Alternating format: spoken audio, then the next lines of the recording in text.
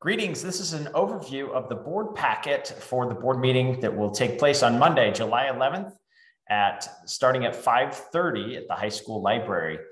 People can attend remotely by Zoom if you would like. Also, community members, board members can access this agenda electronically at this URL or at this QR code up here, which is something a little bit new. I will also add the video explanation that I'm making right now. I'll put that right here. So 5:30, board members, we will be conducting a student disciplinary hearing, and this will possibly be an executive session. This will be up to the student and the parent if they'd like to keep it in executive session. So please show up at 5:30 and we'll be able to go through that.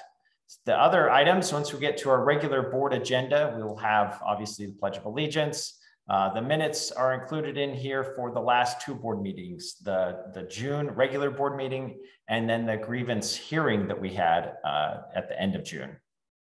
Also, the district obligations that will be uploaded here shortly once we get those completed. And we'll have that as an update, a financial update also.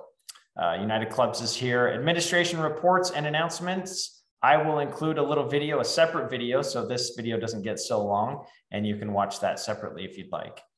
We will also have a presentation from our CASA board chair, and CASA stands for Court Appointed Special Advocate.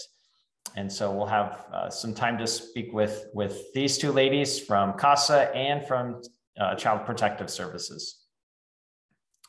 Also, we'll have some hiring to do. We need every board member at the board meeting for the hiring of Nicole Boswell. She was on the agenda to be hired in June, but we didn't have all the board there. Since she is a family member of a board member, we have to have all board members there by law. It also has to be posted in the newspaper, which it has been. So please make sure that you can at least attend for this action item.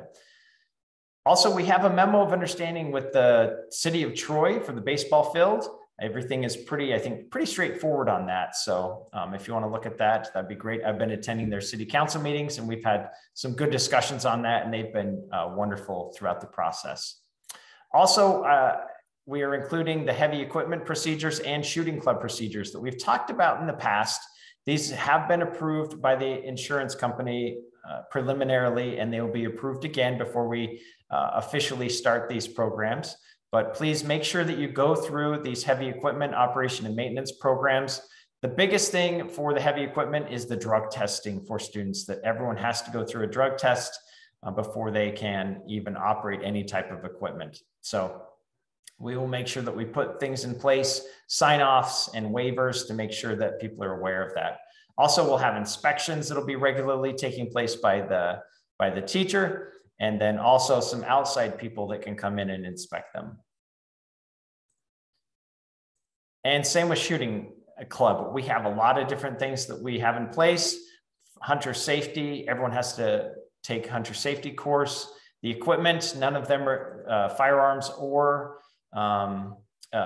ammunition is going to be on school property. And we have some different types of firearms that we want to utilize. Archery, we actually already do archery on school grounds at the activity center, and we've done it outside. So that's not something new. The big thing for the insurance company is the firearms. We have firearm safety and then range safety that have to be followed. And then obviously a waiver that people have to utilize before participating. And then also we've updated the teacher summative evaluation tool. There's only a few different changes in this, just some more clarification for staff members and for staff members and for administration. We've changed this to include a meeting date time that we can put in here. And then also for some board members, you're familiar with this item, but we have an instructional framework. This outlines all the main components that we want to see that we feel like makes up effective teaching in our school district, from content to structure, engagement techniques, presentation, and then the foundation of all the instruction is focused on relationships. And so that's what our summative evaluation is based on. You can see it mirrored here: structure, presentation, engagement, content, relationships. Also, we include professional responsibilities. But those are breaking down a little bit more into each one of these indicators that we can rate and we can evaluate the teacher on. And then we also clarify how we gather data when we're conducting an evaluation, that it can be done by observations, including learning walks, lesson plans, goals, grades, meetings, interactions. And the ways to evaluate someone could be many, many different ways. So that's why we have the et cetera there. The big part of this board meeting is the adoption of handbooks. And so we have the student handbook, the extracurricular handbook, also called the training rules. We have the staff handbook, the coaches and advisor handbook, and the district emergency management guide. I've included a summary of changes so you can see at a glance, instead of scrolling through each one of the handbooks, you can see all the different changes that have taken place in each one of these handbooks. And most of them, you'll notice, are policies that have been adopted over the course of the past year that we're just putting into the handbook now to make sure people are aware of them. A few different things that in the district emergency management guide is during passing time, we want staff members assigned to a specific exterior door. Interior doors, we want them locked at all times. They don't need to be closed, but they need to be locked. And so in case of an emergency, you can easily grab them, close them, and take care of your students.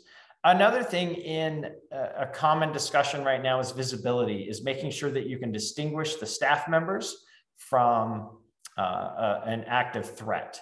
And so we may do lanyards or hats or something like that. That'll be part of the discussion that will go on for, in the board meeting. And then also how we indicate if there's an active threat. We do have an alarm. We can get over on the intercom. The alarm is much easier. It's just one button on the phone that we can utilize. Extracurricular handbook, just updating the new sports that we have, cross country and baseball. Same with clubs. I'll fix that. Shooting club needs to be updated. And then student organization, another policy that the board recently adopted. I'll let you read through that. Staff handbook, this is a new policy that was recently updated also, where employees cannot record or conversation by a hidden electronic mechanical device. Let's see, you can read through the rest of these because most of these are either updated policies. This actually is a policy that we've had for quite a while. We just want to make sure that people are aware of that any communication with the board goes through the superintendent. We also wanted to include in our handbook how to differentiate.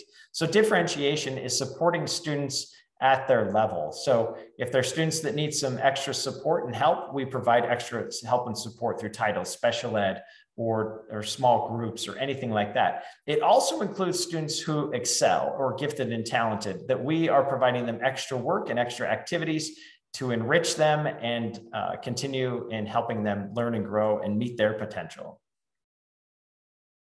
The materials distribution policy has been updated. You can go through that, and same with the copyright policy has been updated. A few different updates on the student and parent handbook. Water testing, that's been a big topic about the lead, but the School Board Association just wanted to hit water testing in general. It didn't have to be specific about lead. And then just small updates there that you can go through and read.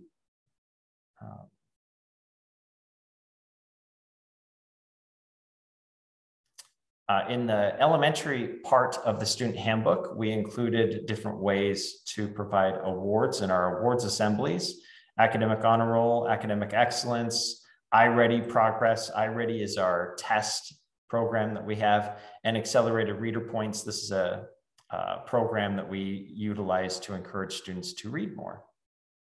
And then last that I wanted to go over is a new type of diploma. And many of you will remember that we have a regular high school diploma. We have a dual credit college preparatory diploma.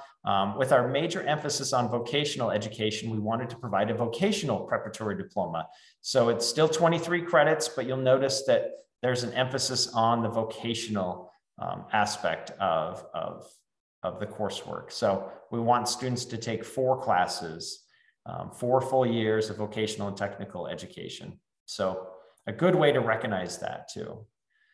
And so we'll have some time to go over this during the board meeting too. So I encourage you to not only look at the summary, but look at the context also in each one of these handbooks. We will also be proposing some updates in the universal permission form. Not very many changes in there, but there are some that have to be changed and updated. But every year, parents have to fill out the universal permission form. We also have an extracurricular form, a waiver that students and parents have to fill out. Staff handbook, this is specific to staff members, and also coaches and advisors. So you'll see the same link in the coach and advisor handbook acknowledgement right down here. That's why it's the same link. And then also access to the district emergency management guide. The sign up for the district emergency management guide is actually in the staff handbook universal form. We also have 2 different discussion items to review. The first one is academic calendars.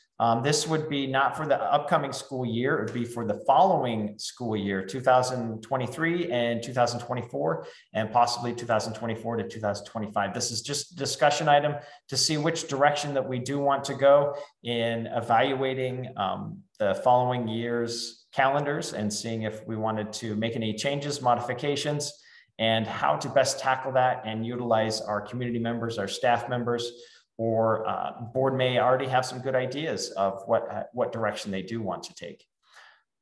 And so there's a folder with all sorts of information. Many of this you've probably already seen from the surveys that we've conducted and some of the draft calendars that we've proposed and looked at. And then also we wanted to talk about district strategic planning. So this is the strategic plan that the district has been following for the past 4 years. It actually says 2018 to 2021, but we extended it 1 year because of COVID. The main 5 areas of focus that we've been really targeting are professional development, curriculum, student progress, culture, and community partnerships. And you can see the different objectives in these different areas. Some of them we might want to maintain and continue. There may be some that we might want to update and